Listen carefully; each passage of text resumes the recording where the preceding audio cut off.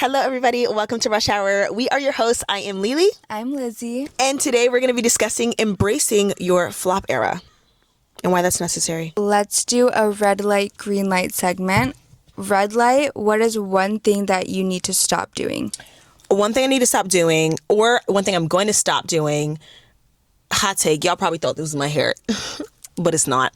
This is a half wig, okay? So half wigs have really been kind of like popular recently, and it allows you to take care of your natural hair underneath. The only issue is that for Black women, you guys would really hear me on this, you can get mentally so caught up in this hair and it doesn't even like really look like your own hair. So you can just get so used to it. And so I'm honestly forgetting about how my hair is, like what my real hair kind of looks like, da-da-da. Having it out. So I am going to be taking this off and I am going to be doing my natural hair again, which I really miss doing. It's just time consuming, but we'll see. When you take it off, do you not like how you look? Because you take it off every night. Yeah, but like it's a half wig. So like the rest of my hair is braided. Oh, okay. So it's just like little, like just the front. Yeah. So, I mean, I love my hair. I love forced T hair. Like I always have, and I always wore it out. Like always. I know. You know when what I mean? met for forever. her, she had your fro, I think. Yeah, for like the whole year, and I always wore my hair out. But then I just kind of stopped. I don't know. So I did have fun with it, but I think I'm getting over it, and I just think it's like mentally doing something to me. Yeah. So it's kind of like lashes. Yes, in exactly. A way. Like people that have lash extensions, I swear when they take it off, they think they look hideous. That's what I'm saying. It's just like a weird thing, and I'm not a person who gets anything cosmetically done. I don't wear makeup, so I'm this is just what it is type of thing. And I also felt that with my hair, but now that I'm utilizing fake hair all the time, I'm just getting used to having fake hair all the time. And it's just like, I'm liking the way I look.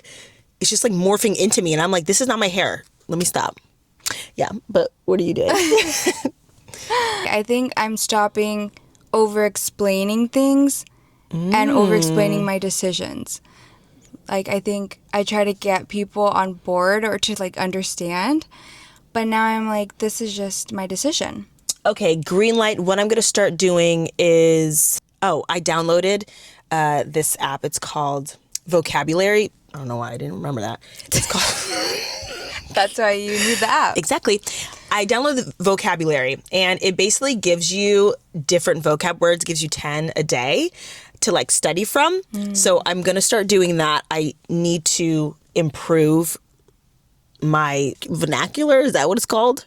I need to just improve my overall vocab. Before, I used to have a very widespread vocabulary, and now I don't. Like I'm using... When was before? Like in college, after college, when I was in my master's program, after my master's program. Not that my intelligences went down.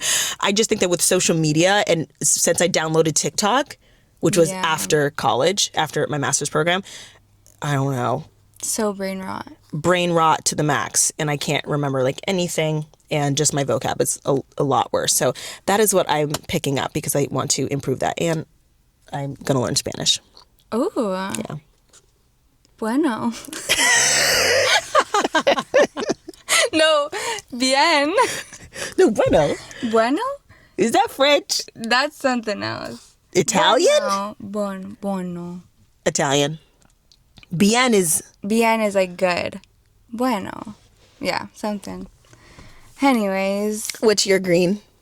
My green? So, I'm going to start, I've already started, but I'm doing a once a week, I'm forcing myself to write, like, a creative article. Ooh. So I met with Jocelyn last week. We went to the beach and we journaled for an hour. No, it's not journaling because journaling is like more your feelings. Yeah. So my article was that people confuse having taste with... They confuse taste and trendiness. You follow trends and you think that gives you taste, but really...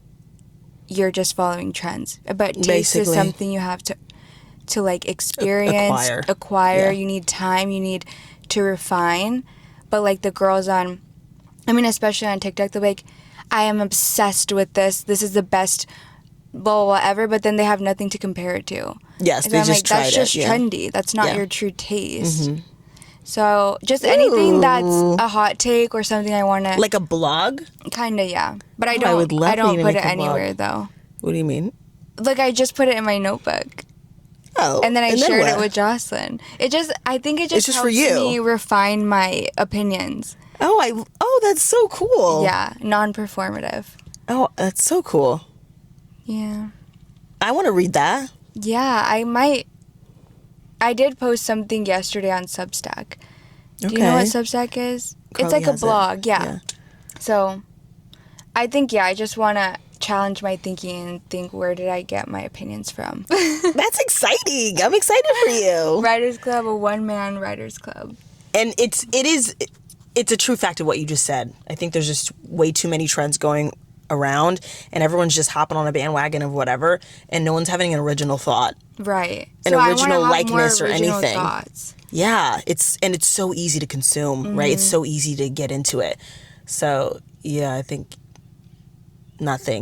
let's stop doing that too. Oh yeah, We're going to stop saying I think. That's our collective red light. Collective red light. Say the Just likes, say it. the the thinks, just going to say this freaking sentence. That's it. All right. Let's get right up into it. A little preface of why it's important, why we want to share our fails, because I think a lot of people are afraid to fail, are afraid of a flop. They don't want to appear cringy or have a flop era, but we're here to show you that it's absolutely necessary and really not that serious. Like, if anything, it gets you farther along than if you just don't ever fail. My first business fail, or what I would say is a flop for me, was waiting too long to launch. Almost chasing perfection way too much. It took me so long in order to come or release something, release a product, release my programs. It just took a really long time, and I could have expedited my success if I just did it beforehand, and I just did it without trying to chase perfection. I just needed to put something down on a piece of paper and release it. So waiting too long was probably my biggest fail, or my number one fail in the beginning, but I did that a lot, and honestly I still struggle with that almost still today, but just waiting too long. When I first started with social media and releasing my first programs, I wanted to release my programs and start my social media at the same time, which is literally insane. I mean, why would I? But I didn't. I wanted to wait to start posting until I had my programs ready, when I should have just started posting ahead of time. And then as my programs started to come, then I can release them. But then even when it came to my programs, I was chasing perfection so much, and I wanted it to be the perfect product, that it took me months to make a single program, which takes you 5 seconds to make. But the design behind it, the color scheme, I was just going back and forth, and I put it out, and then I could have learned a lot quicker. Right now I have that evidence. Now I have that data from back then, but it just took way too long in order for me to start posting. Same thing with YouTube. I took like a really long time to start it. Then I stopped because, again, I wanted to be perfect. So I think just chasing perfection in general with every single thing in my business, which is a continuous fail.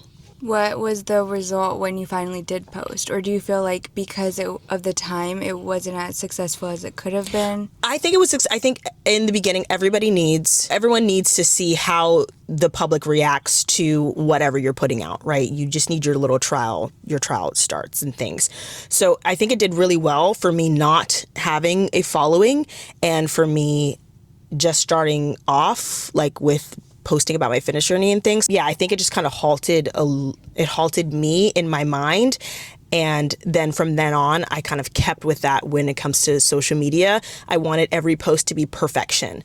So I took just so long to create content when it's just not necessary. It's literally not that serious. Like, you could freaking post whatever you want. There's like this study where there's two groups of students, and one group they spend a semester making one clay pot, and they are supposed to make the most perfect pot. And then the other group of students can make as many pots and pottery things that they want. And then at the end of the semester, they see who has the most skill. And it's a group that just made whatever they wanted a lot of times. Yeah. Versus the group that just did one single pot. They didn't really develop skills. No. Yes, you have to put the reps in. You have to continuously do the same thing over and over again, and then you'll get comfortable with it, and then naturally will improve with it. You just have to literally keep doing it over and over and over and over and over again, and stop chasing perfection. Stop making it seem like such a big thing. Even though, yes, it may be a big thing for you, but not to allow that to halt you or to slow down your progress.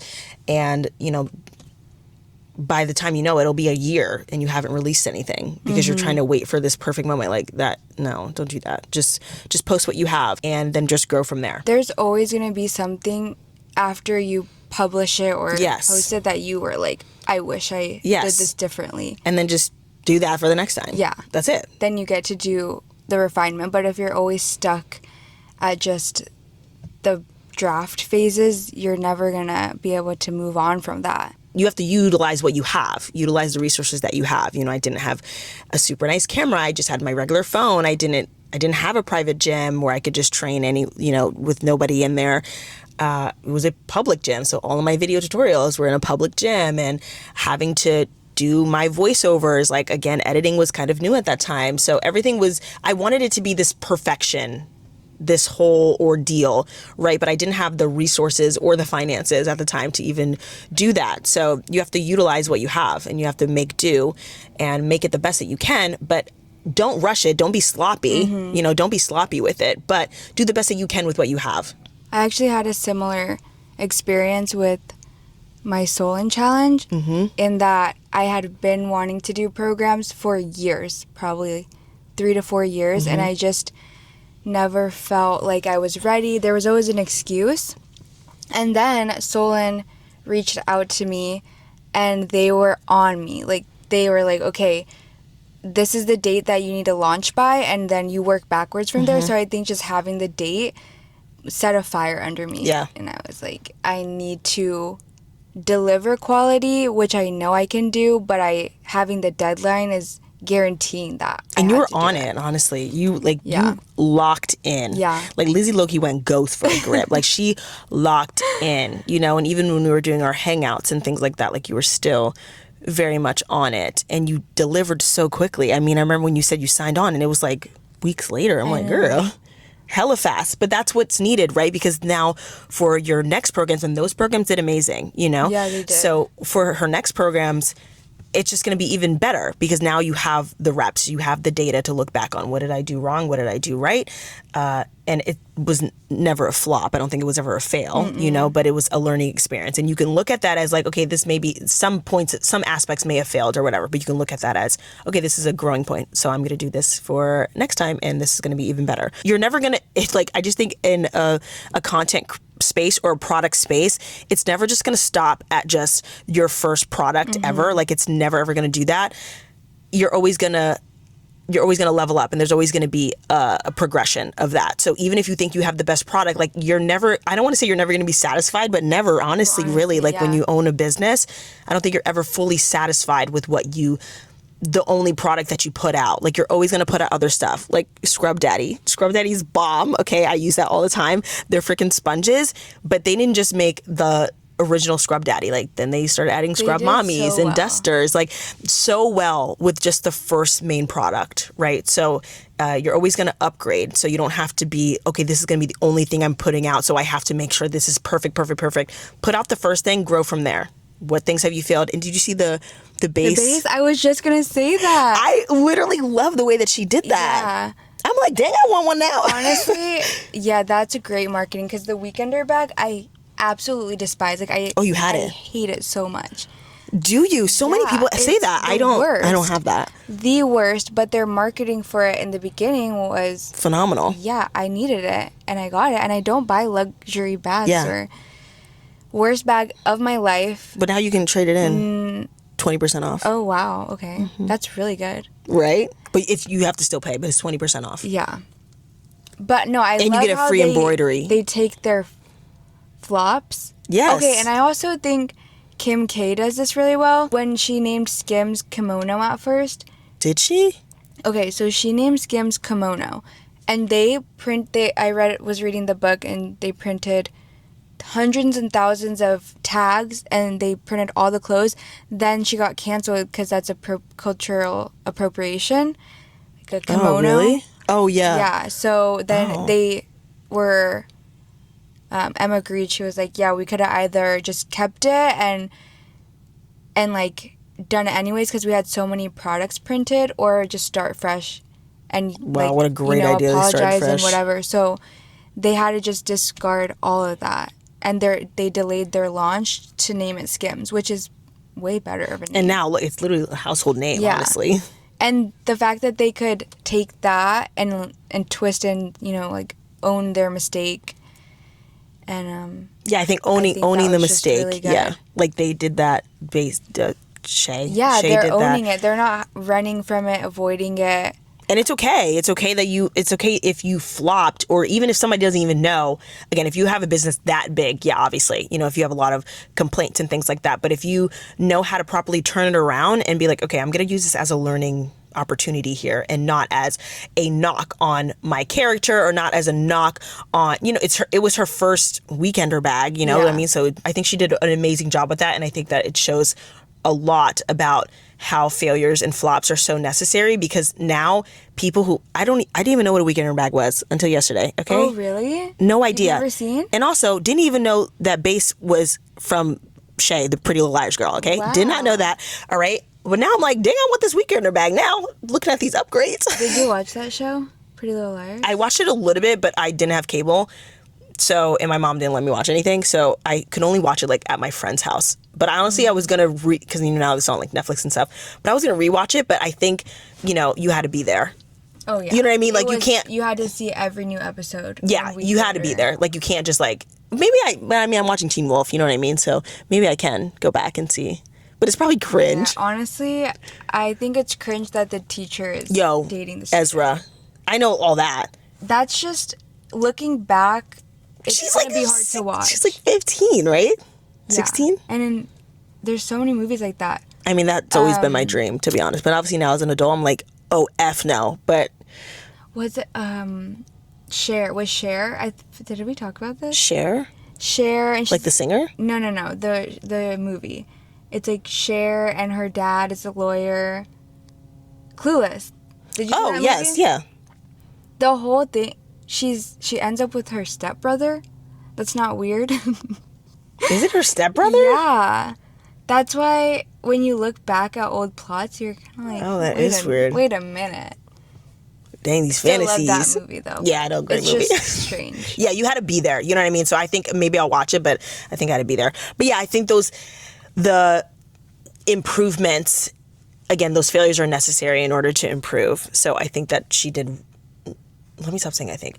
She did really well with that, and everyone can take something from that. If you are trying to put out a product, or you're trying to even just start social media, it's okay to have ugly videos, not the best videos. I think those are actually coming back more just like straight up videos, just talking to a camera instead of doing all these extra edits and stuff like that. Because I think it takes away from the personality of it. So just kind of putting out what you have, and it's okay to get haters. It's okay to get people, talking about you, blah, blah, blah.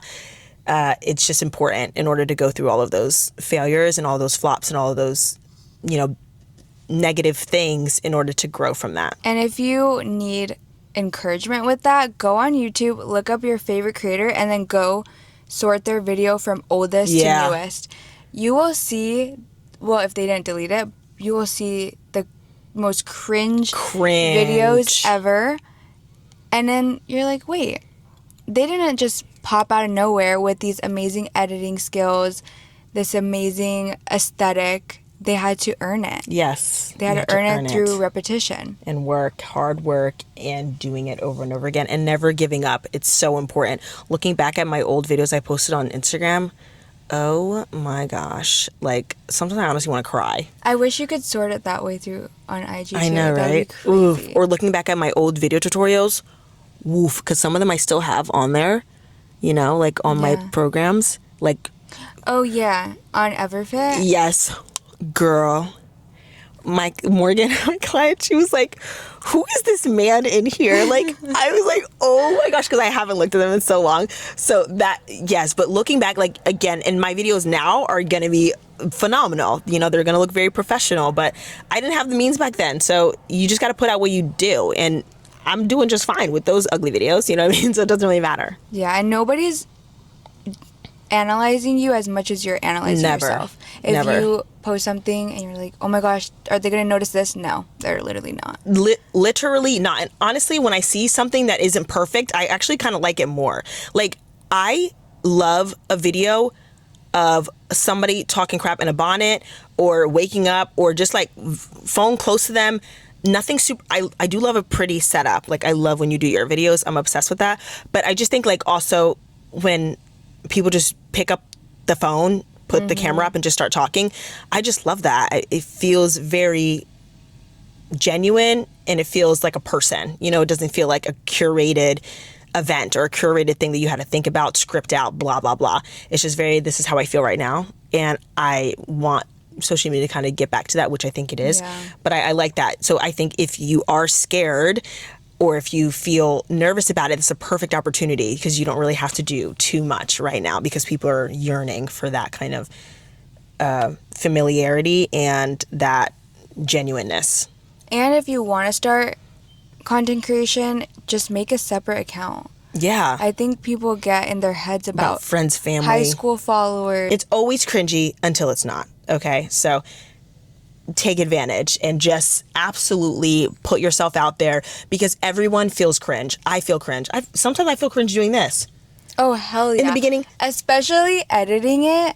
Awful. Oh my. So actually, my YouTube, I went back on YouTube 2 weeks ago after a long break and editing it. I was cringing and dying, and I was like, I'm not posting this. This is so embarrassing. Who is going to watch this? And then that video blew up. Like, that's what I'm saying. I was like, oh, wow. And people were just saying they appreciate, it was just like aesthetic and they liked it. And I'm like, okay, good, because I was freaking cringing every second editing it. That's what I'm saying. You're going to cringe at yourself. It's yourself. But that's okay. That's a part of social media. If you are afraid to be cringe, you are not going to make it in this world. You have to just embrace it. Embrace the cringe. Do it. And I personally think the people who are the cringiest honestly enjoy their lives more. Yeah. Like, have fun. Enjoy it. It's okay if you feel embarrassed. If I pull out a tripod in public, I'm like, oh my gosh, this is actually insane. I can't believe I'm doing this. But then when I see that video back, I'm like, wow, I'm really happy I did that. I mean, so who freaking cares? And if I see somebody doing that, whenever I see somebody taking a video or in public or something like that, I'm like, dang, I really wish I was that bold. Yeah. You know, and just the confidence that they have to have, or just the conviction about what they're doing that they have to have. I think it's beautiful to watch. So I really don't think, unless they're like old people, I really don't think people are like looking at and judging people who do that stuff. I think it's like older people who aren't in, you know, the social media world right now. But yeah, so don't worry about that part too much. Just pick up your freaking phone and do it. My last case study is with Girl Gains. We hosted an event 2 years ago with 24 Hour, and the CEO, or not the CEO, but the headquarters flew out from somewhere, I forget where they were, to go to the event. And we were hyping it up, planned it for months. They get there, literally, we get 2 girls show up at the event. And we have paid for the whole decor. We got a protein pancake cart, and 2 people came, and we were scouting people in the gym to come take our class, and we were scouting literally 40, 50-year-old women. And did they take it? Yeah, but that's not our demographic. Mm-hmm. And then 24 Hour, I feel like maybe I shouldn't say their name, but they ghosted us after the event. It was terrible. Like, I wanted to not be there. I wouldn't even have gone. And then, yeah, we were dying. We were just like, wow, that was an epic fail. We flopped. Like, is this our downhill? We thought we were going to go downhill after that. And then the year later, we hosted the Nike headquarters event. And because of that, event, because of the 24-hour event, we played no games. We were like, we are getting, we're having cancellation fees.